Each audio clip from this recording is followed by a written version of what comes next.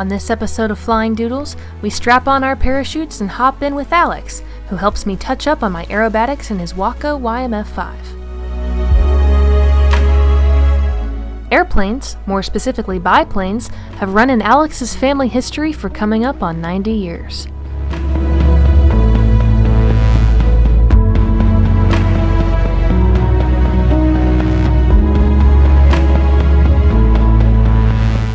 Alex's grandfather actually knew Charles Lindbergh, and Alex's father knew Jackie Cochran. In some never-before-seen footage, you'll actually get to see them interact. There's a video included at the end of this episode if you hang around long enough. Alex's grandfather was pretty good with video editing back in the day. If he was alive today, he'd be a far better YouTuber than I would be.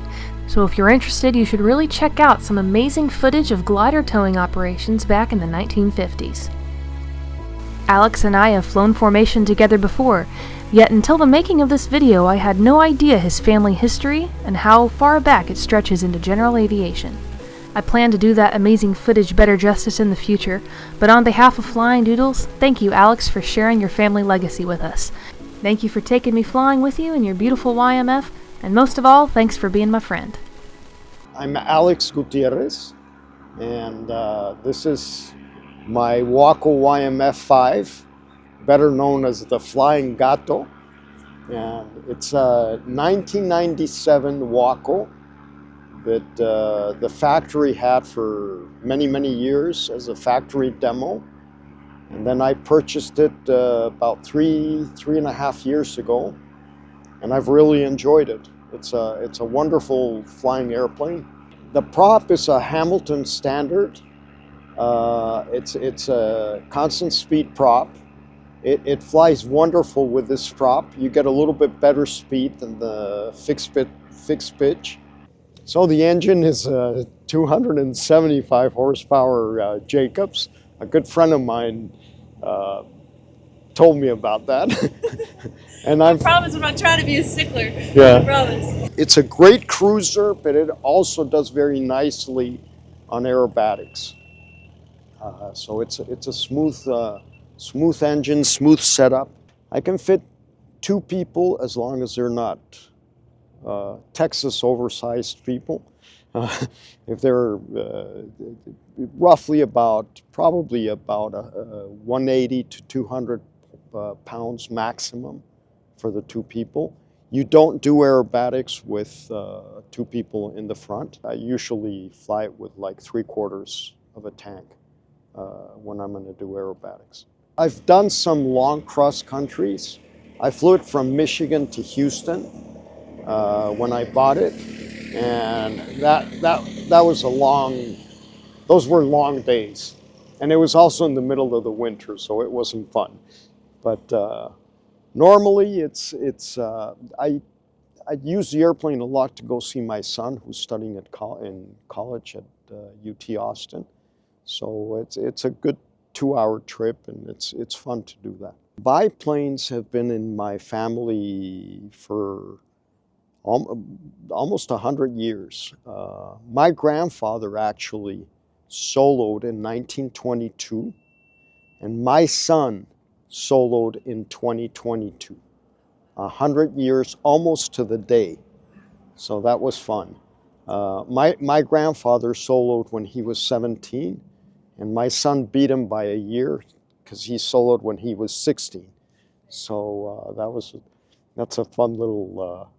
So it'll stay in the family then. Yeah, it'll stay in the family. We actually have another antique airplane. It's a Davis monoplane that my grandfather bought in 1929, and it's been in and out of my family for the past almost 90 years.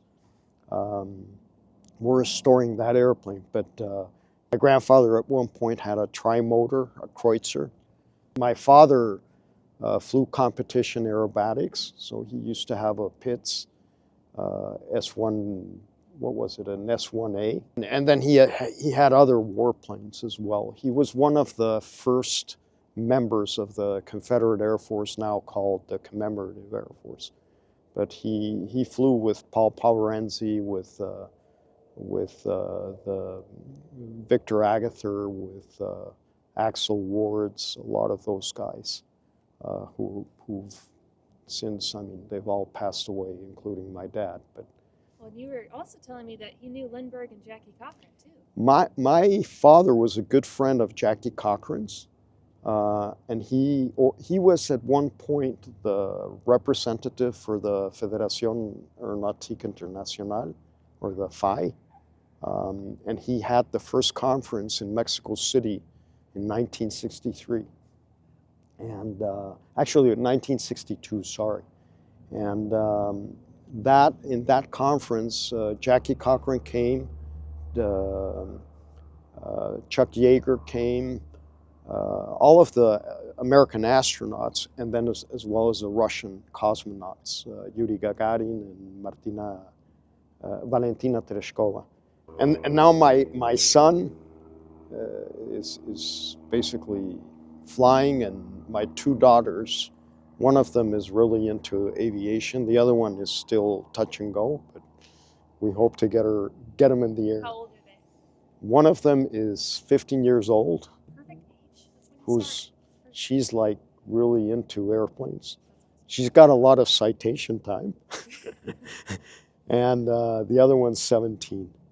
Many times I'll fly this and jump into the citation, and it's like Back to the Future. Yeah, I bet. Well, and sometimes in something like this, it's nice to go back to the past. Oh, absolutely. All right, Alex, are you ready to go fly? Yeah, let's go fly.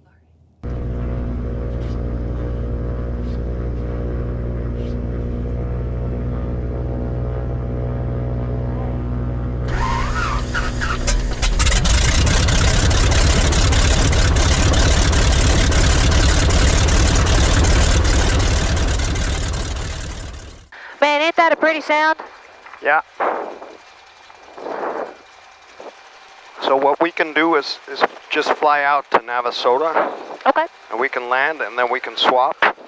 That sounds fun. And you can try doing a couple of loops and rolls, and tell me if you notice a difference. That's a 160 entry speed, right? Yeah, 155. 155, okay. What I usually do is I'll do half a roll and just pull it in. So actually, you know what might be super helpful? I can't roll these very well. I can do it, but it's real sloppy. Maybe you can show me one. The loops I got down, and spins I can do well, but the rolls I still haven't quite gotten them yet. Yeah. Maybe you can show me those, because it's sloppy. What you need to do is do the entry speed. You pull it up enough, because a lot of people don't pull enough. Okay. And then you do the roll, and what you want is the wing to be level with the horizon when you're completely upside down. Okay. So that means you went up as much as you're going to go down. Gotcha. It's really not like a Pitts roll, because in a Pitts roll, that was my problem. I had a guy come down and give me training, but I just couldn't. When I did it with him, I could do it, and then he left, and I could only hold on to loops. I could do loops well, but. You never did aerobatics with Bruce? I did, but not in the YMF. Okay. Yeah, I did them in the 8 with the constant speed on it, which, the RVA, that's just cheating, so. Yeah, with the RVA, that's easy.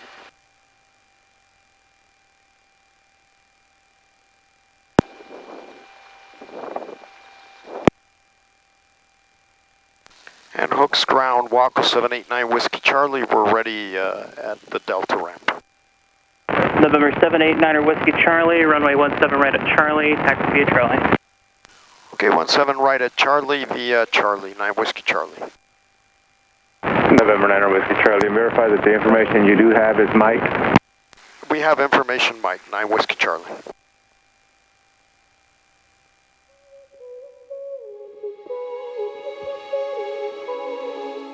A little disclaimer for those watching. Before performing any maneuvering aerobatically today in this YMF, we ensured to clear the area fully. We elected to save the aerobatic fun for the second half of the flight, so we could stay clear of any busy airspace and Victor Airways.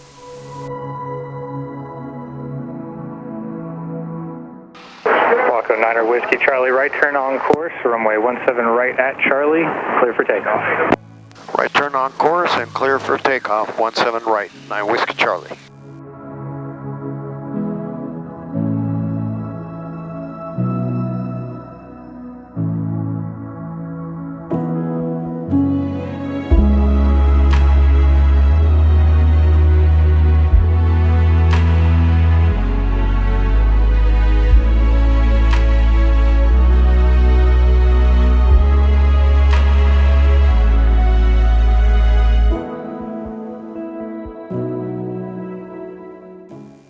Can you move your head to the left or right?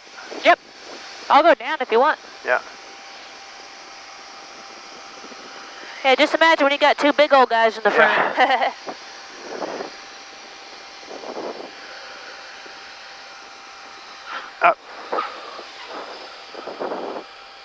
Well, that wasn't the prettiest. Oh, it's okay. In one of these, it can go a lot worse.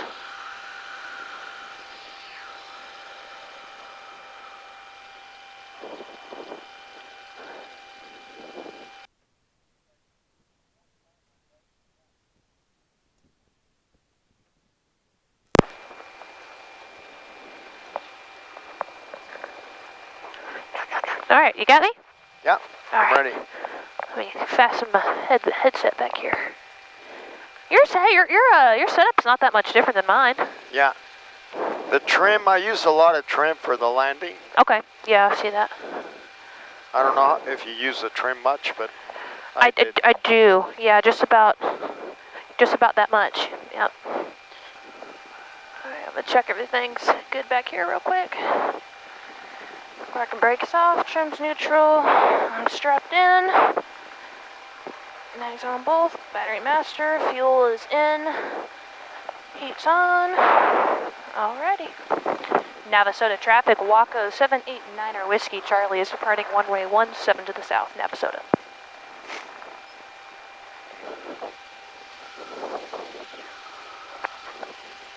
just remember you need to take it off intercom for them to hear you. Got it.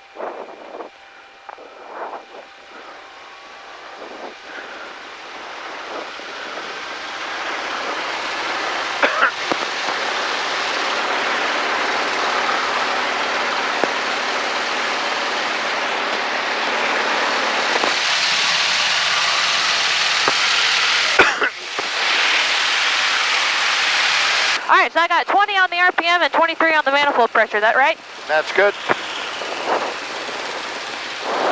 I'm gonna take her back up to 2,500 or 3,000.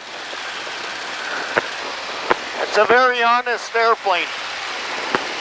A lot of people like to complain that the Wacos are pretty heavy. I mean, I've never flown a different biplane. I've got a little steerman time, but not a lot. So I would say they are, but that's all I know. What would you say, since you owned both? Well, I tell you what, I did not like the steerman. Really? Yeah. Well, first of all, you can't wheel land it. Okay. I mean, you need to have a lot more practice to wheel land it. But you want to stall it all the way back. So you're three-pointing most of the time in the steerman? Yeah, you three-point. And the other thing is it doesn't fly as nicely. Interesting. You try to do a roll on the steerman, it will roll. Huh. Because you only have 2 ailerons. Right. And it doesn't have power.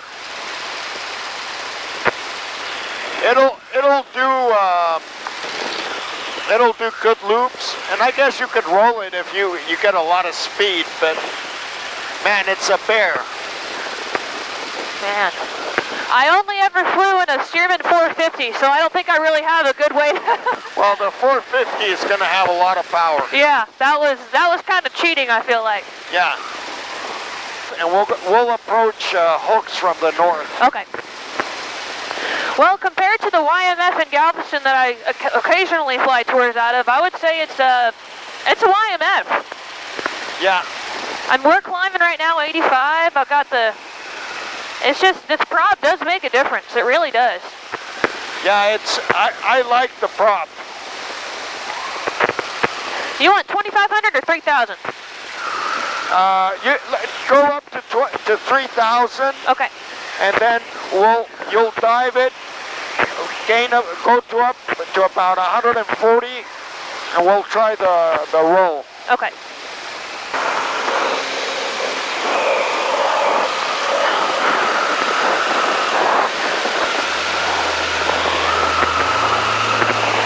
Okay, you're good? Pulling up? Yeah, and go all the way. And then push, and then pull. You're good. That's kind of sloppy. Yeah, but it wasn't so bad. You need to keep try to keep the nose pointed to the same point of the horizon with the feet. Okay. That wasn't too bad. My loops are better. All right, 3,000. All my settings are the same. Dive for airspeed.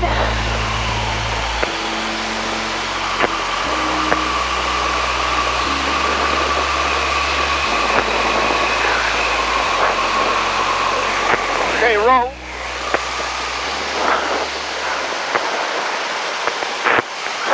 See, that's sloppy.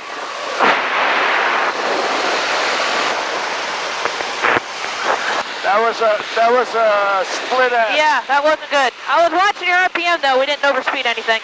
Yeah, I didn't touch it, so that's why. Here, let me show you one. Okay. And kind of follow me through.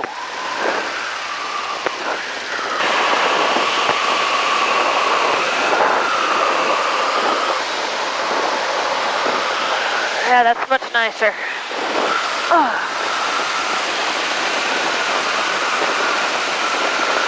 And try to control the direction with the feet. Okay.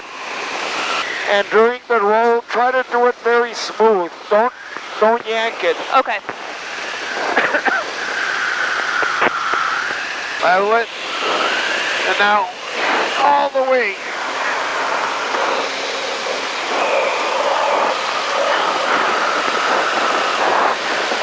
That was good. A little better.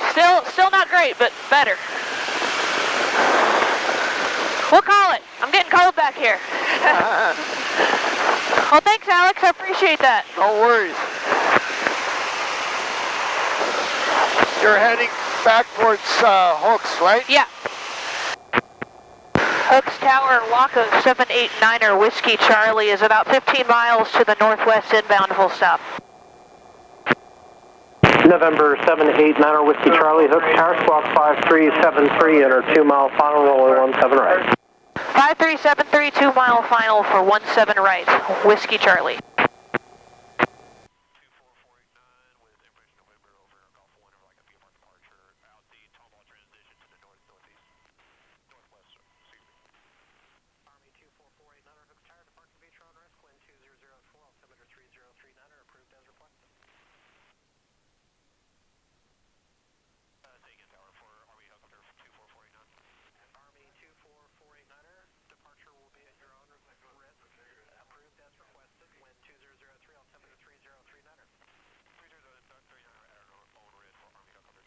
All right. Well, Alex, thank you for letting me fly this Well, thing. It was a blast. pleasure. Absolutely. It was a pleasure, and it was fun Yeah. letting you compare. How was my landing? Be honest. It was very good. Oh, thank It was you. very I good. appreciate it. I just wanted somebody to pat me on the back. But Okay. I'm kidding. You have a lot of practice. Well, that's I'm really cheating, honestly, because I do fly that tour Waco down there. But I have to say, while that one always has a place in my heart, this one's pretty nice. It flies thank pretty you. good, and that prop makes all the difference. For anybody who's wondering, if you got the fixed pitch MT prop on the front of your Waco, I'd try the Hamilton Standard. Yeah. Probably shell out a absolutely. lot of money for it, but is it worth that extra 15 knots? I think 15, 20 knots. I think so. And it's even better if they sell it to you with a prop already on there it. you go. Well, and it's even better if this is a factory plane, right? This is a factory plane, right? Yeah, and you said it had floats on it for how long? The factory tested the floats on this airplane. I bought it without the floats, obviously. Okay. Yeah. It was on an experimental, certificate when For it that. had the floats. Okay, and I think that's how all the new ones are getting turned out too. Are they all on experimental certificates, or I did they am not certify sure.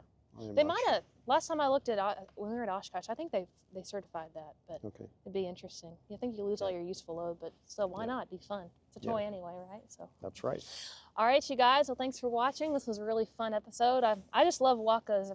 There's got so many on the channel now. It's just like, why not? It's what I know. So, yeah. Well, thanks, Alex. Thank you again, and we'll see y'all next time. And I'll say that before you turn it off. Okay. That was a good roll, Emma. Oh, yes. Yes, it was. So we forgot to ask Alex about your 13, hold on, turn around, there it goes. Your 13 Black Cats logo here. So tell me a little bit about that. Well, my grandfather back in the 20s used to fly with a black cat. His name was Felix the cat. And then my father in the 1950s and 60s, when he started racing airplanes, he started racing with the number 13 for good luck. And it actually gave him good luck because he won several races. And he decided to merge the Black Cat with the 13, and that's where Flying Gato was born. Have you ever heard of the, I'm not sure if it was there's another, I've seen that before, but in a different context. Oh, really? There was an air racing group that also raced under the Black Cats. I have to go back and look at it. I've heard of that from somebody somewhere, but Maybe they plagiarized my they dad. might have. they might 'Cause have. My dad used to use the Black Cat and the 13. Yeah, I'll have to dig in it up the and send it to 60s. you. Yeah, this was early. 1960s. I think this was like in the early days of the flying circus. Yeah. So I'll have to Well, look it up. Actually, my grandfather used to race as well. Okay, was it under the He same? was a pylon racer. Okay, And I don't know if he used the Black Cat on the 13. I'll dig it up and see if I can find it. But anyway, so I just wanted to talk about that a little bit because Yeah. ever since I've known Alex and I've known you, I've seen you around. And I've saw that, and I'm like, I have to ask him about that. I wonder. Yeah. So That's where it comes from.